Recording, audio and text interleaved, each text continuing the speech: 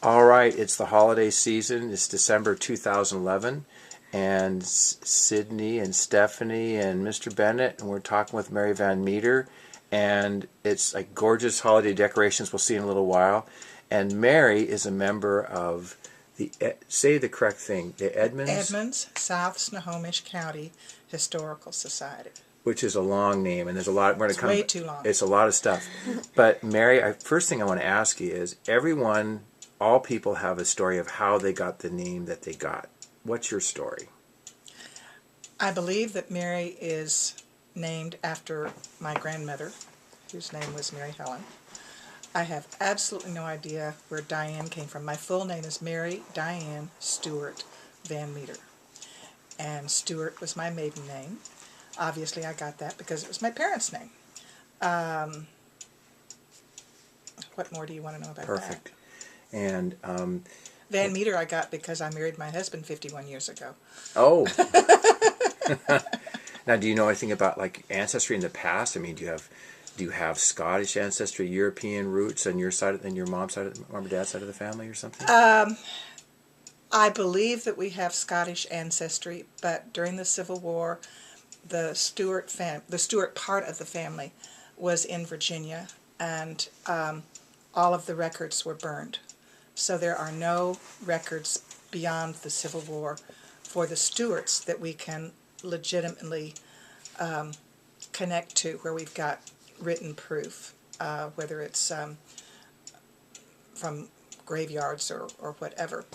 However, I have this passionate friend who loves to do historical genealogy for the DAR. And this woman has found 37 direct relatives that fought in the Revolutionary War or served in the war in some capacity, whether it's selling beef or whatever, which probably makes me a little militant, I think. I'm not certain. It's kind of scary to think about 37 proven relatives for that. But this is her passion. I don't care about that, but I love the story and history. And so I grab those people and where they are from, and I do things like read the book 1776. And my relatives didn't do anything special, but I'll take the village they came from and I'll follow the history through the villages in the stories. So have you always had like a passion for history since you were a kid, or has it started as you've gotten older? It's developed, of course.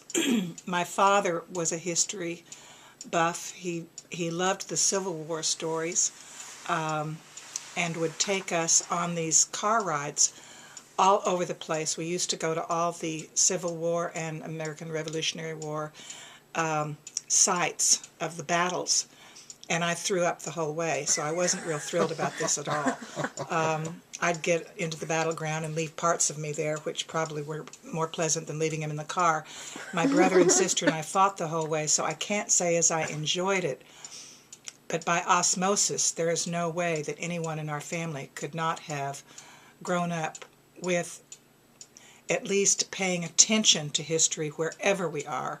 I still do that. I stop at every historical marker anywhere I am, and I read it.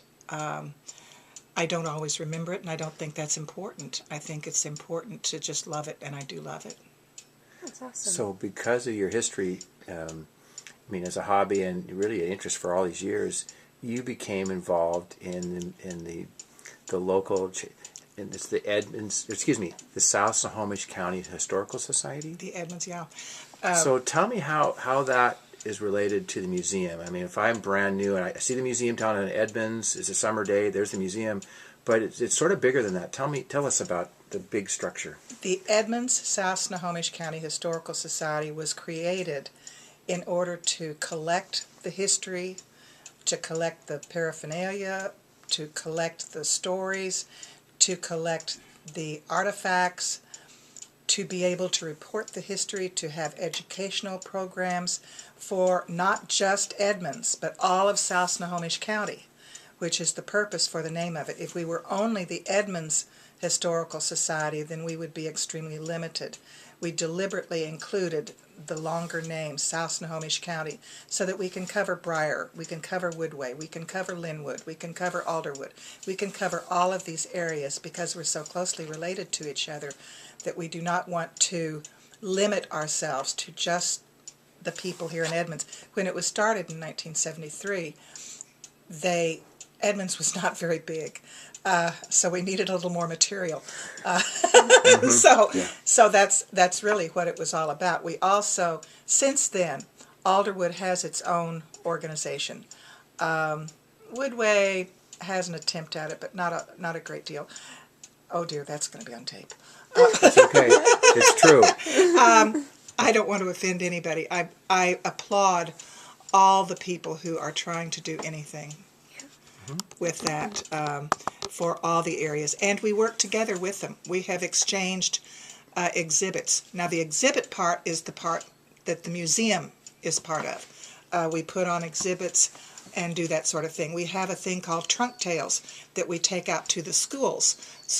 We have a wonderful program that the teachers can use, and they can rent this program. It's primarily for grade school kids, but we can take this out to them. That's part of the society. That's not part of the museum because it's not on display at the museum. We do research for people. If somebody moves to this town and they want to find out the history of the house they're getting ready to buy, then they contact the Historical Society. We do the research for them. We get it for them.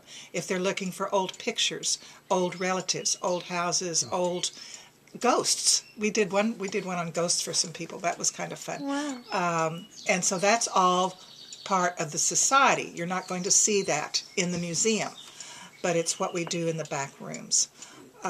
We run the summer market. We started that as a fundraiser. There were three of us who started that, Betty Bell, myself, and Wanda Peterson.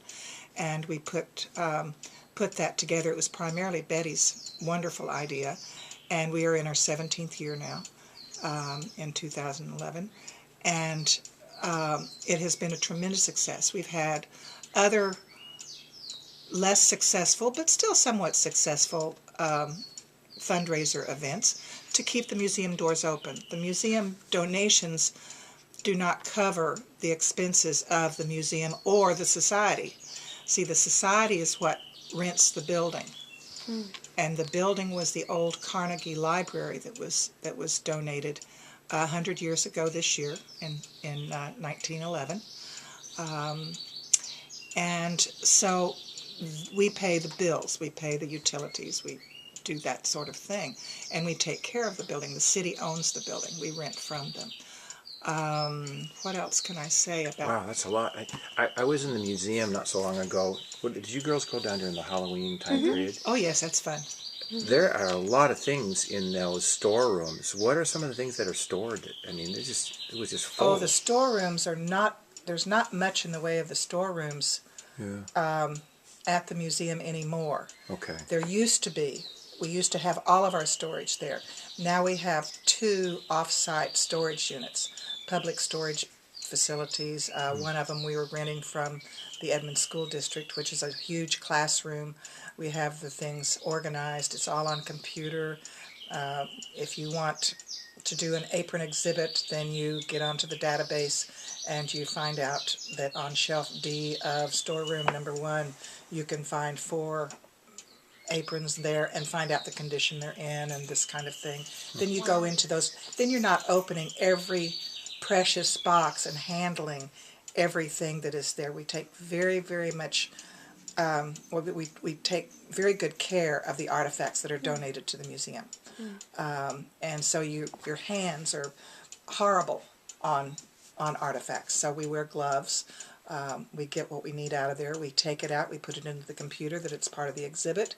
Then we put it back, and then we put it back into the computer. Yes, it's back on shelf D of the storeroom, and so forth and so on. So that way, when we are doing something, or if we're trying to find an artifact for an individual, maybe they donated it to us, and they'd say, "Where's my artifact?" And of course, it's not their artifact because they deeded it to the society, and then we can say, well, we've got it here, and come look at it. Or maybe we want to do an exhibit for the library, or maybe we want to do an exhibit for a specific school, or maybe we want to do something for City Hall, then we can do that. We get a theme, and then we look it up and we go do it. And so there's lots to it. There's a lot of information that's available to us in that society that is used for many things besides just the museum. The museum is the most obvious frontage that we have with the public, but it is only it's only the tip of the iceberg as to what goes on within the society. We've saved the log cabin. We do not own the log cabin. The log cabin is owned by the city. They were going to tear it down. I think their opinion at the time was to have bathrooms, and somehow we were not real thrilled about that, to have public bathrooms instead of the wonderful log cabin. So the Hanley family originally had donated the cabin to the city, and they moved it from its original location. Well, because I live in a log house, I was more interested in the log cabin than perhaps some fools, but but we did. We spent about 3 years getting the money. We raised over $105,000 to be able to put that thing back together. They had put it on the ground. There was no foundation under it, and it rotted from the bottom up. So we went all over the place to try to find matching logs from the same vintage. I won't get into all of that. Anyway, we did a lot of hard work, and we got it done. And then, gosh, I spent about 11 months doing the history on it and doing oral histories like you're doing now of people who knew about the log cabin at the time to get it onto the State Historical Register. So it is actually an officially state historically registered building now, and it's going to be a little harder to make bathrooms out of. Where was it before it was moved? It was up by, it was up on, go up 88th. Oh, can you turn it off for just a minute? What's the school, Jeff, that's right up here? Seaview Elementary. Seaview. It was right by Seaview Elementary. In fact, it was right about where the library is. Okay. And it was behind, the Hanley's house was right next door to that elementary school. And it was in their backyard. And it was built by a man named Mr. Ganal, who worked for American President Lines, and he used it for a guest house, and some fairly famous movie stars and stuff stayed in the house, and other people stayed in the house. And then the Hanleys, her brother stayed in the house for a while with a family of 4, lived in that little tiny cabin, lived in the back, the tiny little bedroom that's upstairs. They had these little windows, and they slept on the window seats, the 2 boys did. And then the parents were there. Then after that, then the Hanley's parents lived in it for, I don't know, 20 years, something like that. Long time. So it's always been lived in, and it's always been loved, and it still is. And we're really glad it's there. There's a fire engine that the museum kind of... That's the when society. I heard that, tell us what the See. fire... Is there 1 or 2? There's 2. See, that would be a society event rather than a museum event, because it's not going to ever end up in the building and as part of an exhibit to the museum. So this is part of what the Historical Society does to save and preserve. The, oh gosh, I can't remember the name. I want to say 1938, is that right? Yeah. Fire engine that the City of Edmonds, the people of the City of Edmonds, earned enough money and donated enough money to buy this, because it had been restored by somebody. It had originally been the fire engine for the City of Edmonds. Then it got sold, and then a man kept it and he restored it. And so nobody wanted it to go away, or enough people didn't want to go away, that they raised enough money to buy this fire engine and gave it to the City of Edmonds. Well, the City of Edmonds no longer has a fire department because it's part of the county now. We did a levy and turned our fire department into a county fire department, and there's talk that it may be even going bigger than that. And so the fire engine is currently kept in what used to be the Edmonds Fire Department building, which is right there by the police station. If for some reason the city decides it no longer wants it, then it will be given to the society, the Historical Society, at which time we will be responsible for it. We must find a home for it. We will take care of it. There is a foundation that has been set up, and I don't know the name of the organization, but it's a fire safety support group for what had been there for the fire department. They would buy things for them that weren't in their budget, extra bandages, I don't know, whatever they needed. They really helped. They were a wonderful organization, but it doesn't exist anymore. So they are negotiating with us, with the society, to turn their foundation funds over to us with the caveat that we will maintain and preserve and find a safe location for that fire truck for perpetuity. Mm-hmm. There is a second fire truck that is owned by the county or Everett and I don't know exactly where it is. It's not owned by us. There are rumors that they are trying to get rid of their fire truck as well. Mm-hmm. So if the city passes on maintaining its current property, which is what the fire truck is, because it's their property, it's city property, the other people may do the same thing. This would be a huge challenge for the Historical Society because it's going to take a lot of money, more money than what they have, so we can do some more fundraising. And we are willing to do that because that's our mission, is to preserve the artifacts of Edmonds and South Snohomish County. That's our job. So we'll find a way. You mentioned the summer market. A lot of people walk down there and they think it's like put on by the city of Edmonds. And we know. We wish it was different. What is it that people don't know about this? I mean, how many people? I mean, it's a big undertaking, but I don't think anyone really knows how big. And it's not the city of Edmonds that runs it. No. Tell us a little bit about that, because I had no idea when you told me about the number of people and the setup for all that. I mean, you girls have probably been there, right? I've worked Summer it, market. yeah. Well, we started 17 years ago in the parking lot where it used to be the Safeway, down there by Skipper's and that area. We were thrilled when we were able to get 15 vendors. We charged $10 a day for them to be able to come, $5 of which had to go to the city for a one-time vendor fee. We grew from that. We wanted to immediately after we outgrew that place, because he wouldn't let us expand any bigger than there, so we knew we wanted to get a little bit bigger. We tried to get it in front of the museum. We were not able to do that because they were in the process of building the new police station and all that kind of stuff, and you couldn't have access to it. They couldn't block off that street at that time. So we moved to just Bell Street. We very deliberately only increased 5 vendors, and at the most, no, I think it was just 5 vendors a year. And sometimes, I think a couple of times we went 10, because we never wanted our vendors to outnumber the customers. And if you don't have the vendors able to make money, then they're not going to come back. Our vendors are extremely important to us. We have approximately 100 volunteers every summer to make this thing happen. We have people who help with the White Elephant Table, which people donate things to the museum or to the Historical Society to be sold at and all the profits, all the money from that goes straight to the museum.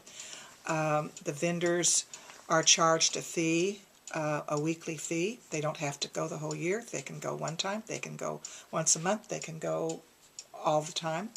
We also enlarged to have a smaller, what we call the garden market, in May and June. People were wanting to have us have it all year round, and we said, do you understand the word divorce? And because our husbands really did, we were living and breathing. The stuff from the White Elephant Table used to be down in my basement. There's a pickup truck that was mine, and I decided I could no longer be you call, we haul. So in order to get out of that, I donated the truck to the museum and bought a Volkswagen. and so the truck is used for transporting things to and from the market. There are people down there. Well, I used to be down there at 5:30 in the morning to set up the barricades, and there are other people who do that now, thank goodness. And yeah. Do you have to turn some people away? Or Oh, what are the absolutely. rules? I mean, there's a couple things. Do you have to turn people away? And I notice there's more and more like musicians that just sort of are there. Do they have to get permission from you? Yes. Yes. Because there's Edmonds Woodway kids that have been down there playing, just playing. I So- called Jake and so they pushed have to that get a long time ago. permission and- Oh, I wanted them. Yeah. I courted them. Jake, is it over? No.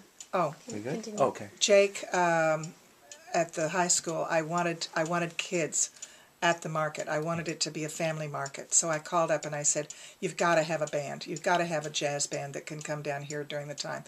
And that worked very well for a number of years. But the guys who were most involved in it, guess what? They went away to college and they didn't, they didn't continue on. It turned out that anything much more than acoustic instruments is too loud for the vendors to be able to sell to their customers. Simple. So electric Anything augmented that- pianos and guitars and things like that end up being too much. The violin gals are just wonderful. They come down. They can put out we don't charge them and they don't charge us, but they can put their guitar case out or their violin case out or their jar out or whatever, and they get to keep whatever they have. As long as you stay away from the electric instruments, you can have 3 or 4 different groups at a time, but they all have to pass our approval before they can perform. So And performers they're need to- scheduled They have to check with you guys to in determine advance what Saturday or two at Saturdays. the beginning of the summer, and They it's build all a calendar. scheduled. Whether it's the mariachi group or the guitar player or the guy that is on the unicycle or the face painter or whatever, they all come through us, and we are very careful to screen those people who come. We do not screen or jury our vendors. That is the job of the patrons. If they don't sell to us, if they have a certain thing, well, for instance, tie-dyed T-shirts do not sell very well in Edmonds. They're great in Fremont. But if you come up here and sell them, you're not going to make much money, so you're not going to come back. We don't have to say, it's my opinion that you have too many beads in your jewelry. It's up to the person as to whether they are making enough money, the vendor, if they are making enough money to be able to come back and to pay the fee, which is not very much money. It's really a very small amount when you stop and consider how much money they can make. And it's a wonderful thing for the entrepreneur. It's a wonderful thing for someone who doesn't want a storefront, who has a hobby. One of my favorite ones is Gallery North, and they have maybe 5 of their artists who will come down and share a booth. And so every week, because they're a conglomerate, every week they come down and you've got something new and different because you're going to have 5 different people than you did the week before. And that's my favorite booth in the whole market. Yeah. Anyway, the money goes straight to the Historical Society. We've done our best to try to say this is from the Historical Society. There's our museum right down the street. Please come in and visit. We've got signs up saying what exhibit is on right now, and they still don't get it. I saw a recent exhibit. It was like about textiles and things like Yes, that. yes, the Needle Art Guild. And the museum officially has Taryn Erickson is the official. She's trained. The director of the museum. And how much training? This is a position that's a paid position. Yes. And for example, for high school students who may not know this, there's more than just I'm in charge of the museum. What are some of the qualifications that she must have to have? Well, there is a degree in museology that you can get. We have another lady who is there who is an intern. Yeah. And she's been with us for about 3 years now. And several other interns have done their work on their master's in museum science or whatever, with us. And they will, before we put the train in downstairs, we had a wonderful marine room, which is now moved into one of the storage rooms.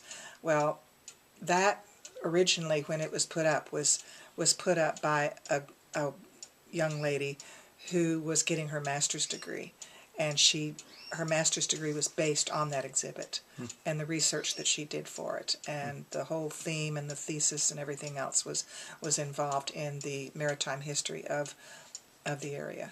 Think about oral history, and each get a question for this one.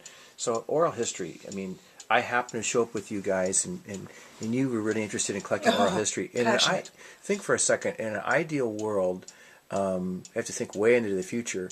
Give me your pie in the sky version of how oral history could be collected by the museum. What are things that you've thought about a lot? Because that's one of the museum goals, is to collect oral history.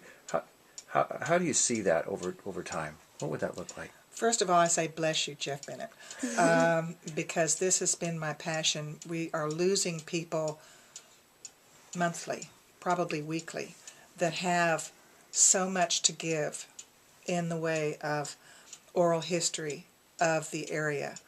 There have been some books written. There have been some other oral histories that have been done. There's a wonderful oral history of the founders of the Historical Society.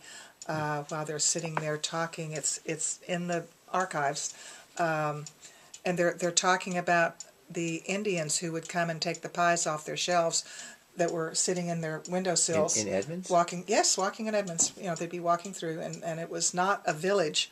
It was not a Native American village, but they would walk through, going from one place to another, and if they saw an apple pie in somebody's window, they just took it. And it was just, there's lots of fun history of this, and this was done in 1974 or 5, I believe. My husband put it on CDs, so it's down there on that. We took it off of the old tape. Yeah. Probably a lot of this history is invaluable, irreplaceable. When it's gone, it's gone. We do not have currently in our culture an oral history tradition. Almost every culture in the world has an oral history tradition, except Americans today. Mm-hmm. And that breaks my heart. It absolutely breaks my heart. So would you see it like this, sort of with a video, and then maybe transcribed into print form? So like historians could then, there's a video, but then would also look at the printed version of it as well? Probably? The printed version is more important. And the reason the printed version is more important is because technology is running faster than all of our material will be able to stay up with it. Just as my husband had to take that cassette tape and transfer it to a different media, there's going to come a time when the CDs are extinct. We have 78 records that nothing can be played on. We have 45 records, and I'm not even sure that can be played on, but we have a few of the items in our archives that can play these things. I have a wax cylinder thing that plays music from a very long time ago, but how many times are you going to find those? Yeah. So I am much more concerned about having it on paper, because the paper will be here as long as we put it archivally in a safe place. We use acid-free paper to separate the pages as needed. We can even write it on acid-free paper, and we have done so in the past, where then it is kept for a much longer time. But you don't. How many times have you talked to your grandparents and found out what games they played as a child? Yeah. And how many times have you talked to your grandparents to see how was their classroom organized? These are things that we don't do anymore. We don't have, because we have many forms of entertainment, we don't have the family communication as a form of entertainment. The stories that Papa would say. My husband is so full of Don't say true it. and untrue jargon that have been that they have been the delight of the children, but they're not telling their children because their children are texting.